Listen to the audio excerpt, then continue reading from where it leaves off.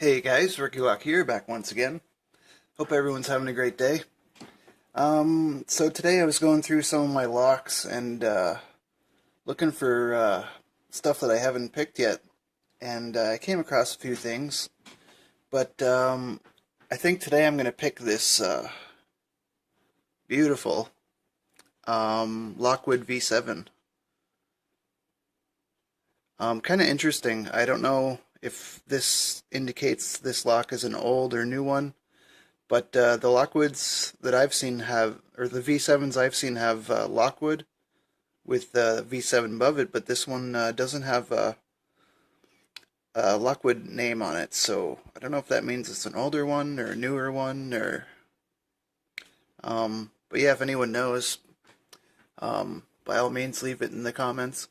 I picked this one in the past, and funny enough, it says Lockwood, but it doesn't have a V7 on it. You can tell by the keyway that it is, and obviously the core once you get it open. But yeah, two awesome locks.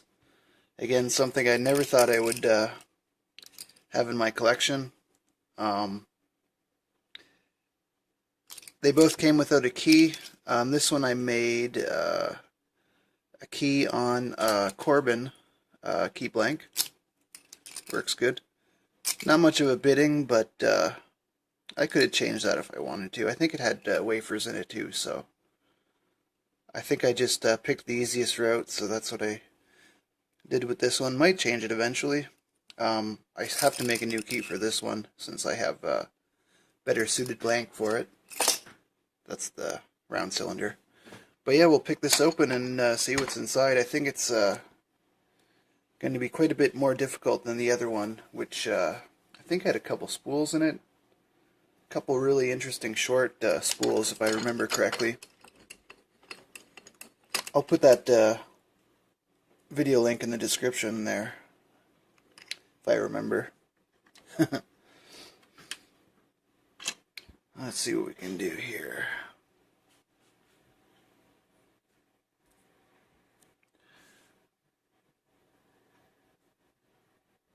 Trying to get a better focus for you guys. There we go. And I think I'm just going to use my top keyway, of course, and offset hybrid. I spent a lot of time picking from this ledge, kind of up on an angle, but I found that I can get it open on this ledge right here too, so that might not be possible if there was more extreme bidding. But since I can get away with it on this one, that's what I'm going to do.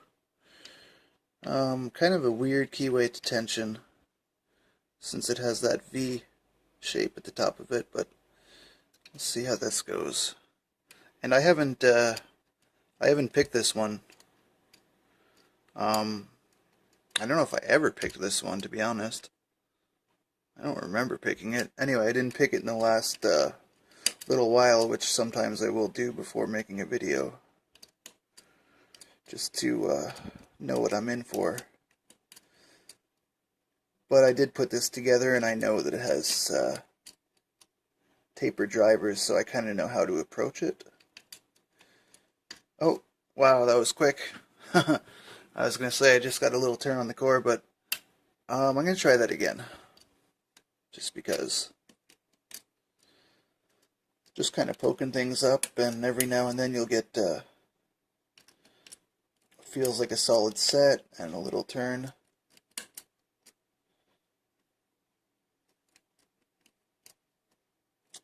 Probably should have left good enough alone, but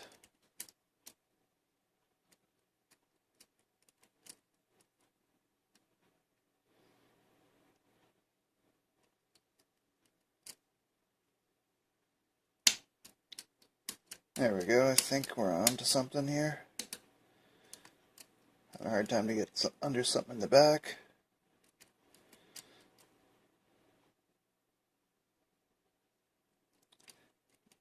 There we go. I was just about to say number one's really tight, and I'm not sure whether to pick it or not, but I'm pretty sure it was already set. Alright, so not too bad. Let's check out this wicked lock. For some of you guys that aren't familiar with the V7, it's quite the cool lock. In my last V7 video, someone, I forget who, I haven't checked it in a while, but someone was mentioning maybe they staggered the pins this way so they can get the 7th pin in, and that does kind of make sense, but if you think about it, that where the pins meet, they still are really close together, so I don't know if staggering them would really save any room. It's hard to say, actually, just thinking about it quickly. Might as well get the pinning tray, but we'll check that out.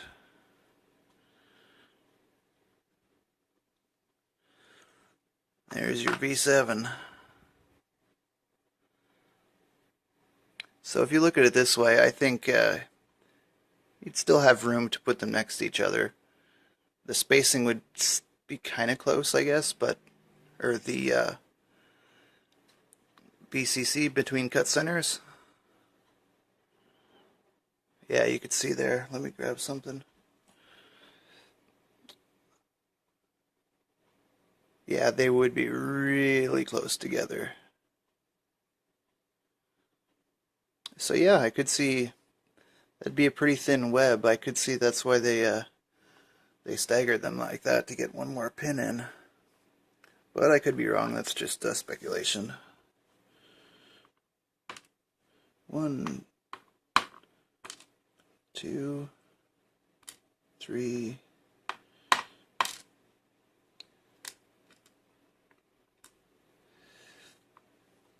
4. Sorry. 6. 7.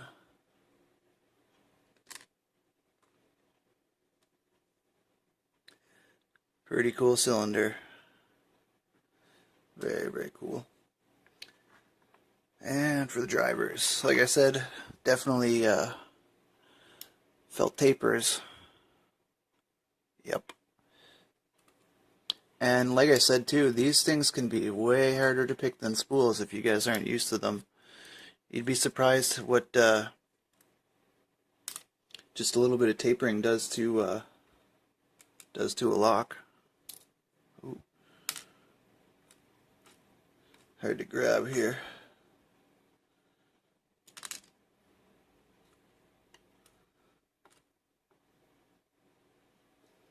Just pop them out like this. There we go. Just organize these a bit better.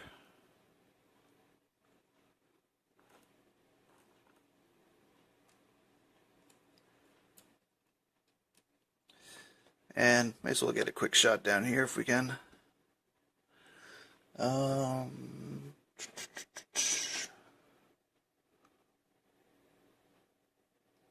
So yeah, you can see how they're staggered there at about almost the same angle as this here. Like that, yeah.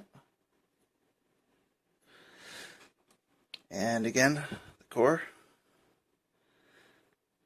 I love this thing. So cool.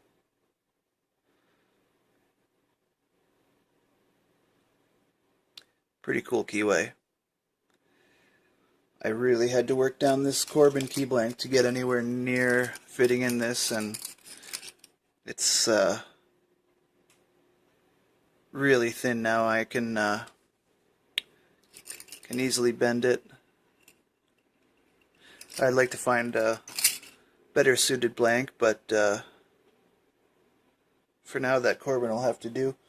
And for this one, surprisingly enough, actually I heard Bobby recently talking about how he'd love to find a blank for his, and I think I mentioned in his video that an LW4R is perfect. You barely have to take any off of this ward right here. Take a little bit off the top and bottom, and the thing fits really good. I mean, close as you're gonna get with You know what I mean? Non-proper key blank. So there we go, all tapered drivers, and bitting probably made this thing a little bit easier because, like I said, that warding, I was able to pick off that ledge. But yeah, really cool lock. Super happy to have this in my collection. Paul, once again, you're the man. Thanks again, buddy. Really, really appreciate everything you've done for me, man. Alright guys, everyone else, as always, don't give lockpickers a bad name. Don't pick locks that you don't own or have permission to pick. And I'll see you guys in the next video.